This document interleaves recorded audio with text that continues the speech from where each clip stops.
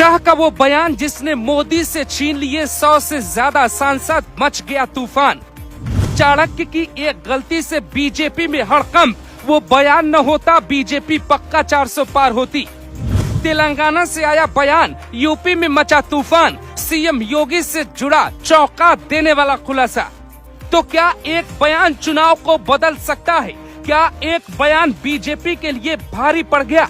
अगर सच है तो बीजेपी में बहुत बड़ा तूफान आना पड़ेगा।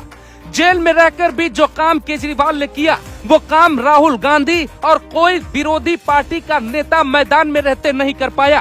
केजरीवाल फिर से जेल चले गए, लेकिन बीजेपी के लिए वो तूफान बन के बाहर आए जिसका अंदाजा शायद बीजेपी और आरएसएस को हो ही नहीं पाया। बौखलाहट में क्या केजरीवाल के बयान में ही शाह और मोदी की टीम ट्रैप हो गई? हम आपको समझाते हैं कैसे केजरीवाल के रास्ते पर चलते ही मोदी का करियर दांव पे लग गया। कुछ तो ऐसा हुआ था जो शायद ना तो जनता समझ पाई और ना ही बीजेपी और ना ही राजनीतिक पंडित इस बात को समझ पाए। अगले कुछ मिनट आप ध्यान से सुनिए ताकि आप समझ पाए एनडीए को 400 वाला मैजिकल नंबर क्यों नहीं मिला।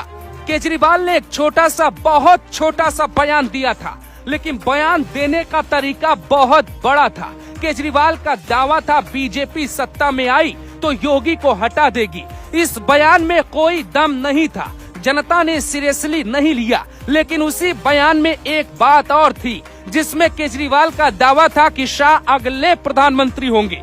फिर भी सब कुछ ठीक था, इस पर मोदी को बयान देना था। शाह ने बयान दिया, वो भी इतना ज्यादा गलत दिशा में कि बीजेपी वहीं चुनाव हार गई। शाह ने तेलंगाना की रैली में कहा, हमारे पीएम मोदी जी है, मोदी जी रहेंगे और 2029 में भी मोदी जी होंगे, 2034 में भी हमारे प्रधानमंत्री नरेंद्र मोदी जी होंगे। लेकिन उन्होंने एक बड़ी गलती कर दी। यूपी से लेके देश की जनता योगी को अगला प्रधानमंत्री देखती है, यानी साल 2027 या फिर साल 2029 में योगी को पीएम देखने का सपना शाह के एक बयान के बाद टूट गया।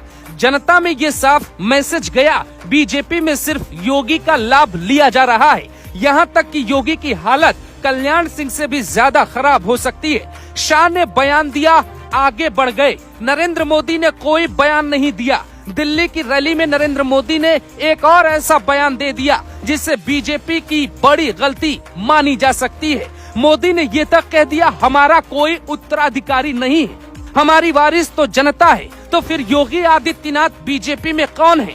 यहीं से योगी का कद छोटा हो गया और बीजेपी उसी रास्ते पे चली गई जो विपक्ष ने तैयार किया था। केजरीवाल के बयान पे मोदी का काउंटर करना था, लेकिन योगी ने खुद ही किया। कई बार बयान दिया कि मैं संत हूँ, मुझे सत्ता नहीं चाहिए। ग्लोबल भारत टीवी ने कई बार आपको समझाया। इस बयान से योगी केजरीवाल के साथ कई बीजेपी नेताओं को भी कोई इशारा दे रहे हैं। योगी मैदान में अकेले पड़ गए। केजरीवाल के साथ विपक्ष भाप चुका था कि बीजेपी में ही सब कुछ ठीक नहीं है। योगी को कोई जगह नहीं दी गई। पीएम मोदी के आदेशों का पालन करते करते योगी का अपना भविष्य ही दांव पर लग गया। शाह के एक बयान ने चुनाव के परिणाम में हलचल डाल दी। केजरीवाल की भविष्यवाणी सही भी हो सकती है। अब बीजेपी योगी को ही हार की सजा दे सकती है और हटा भी सकती है। शाह के उस बयान से जनता ने सिर्फ इतना सोचा, योगी का नंबर नहीं आएगा। योगी के नाम पर वोट लिया गया, लेकिन योगी को दिल्ली में मौका नहीं दिया जाएगा। योगी को केजरीवाल ने पहले ही छोटा बताया। शाह के बयान ने उसको साबित भी कर दिया। तो क्या बीजेपी में इस बात की मंथन नहीं होनी चाहिए, योगी को छोटा क्यों दिखाया गया?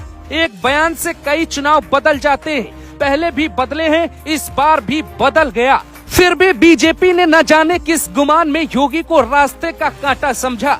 लेकिन योगी है वो नेता है जो जीत का हार मोदी के गले में पहना सकते थे।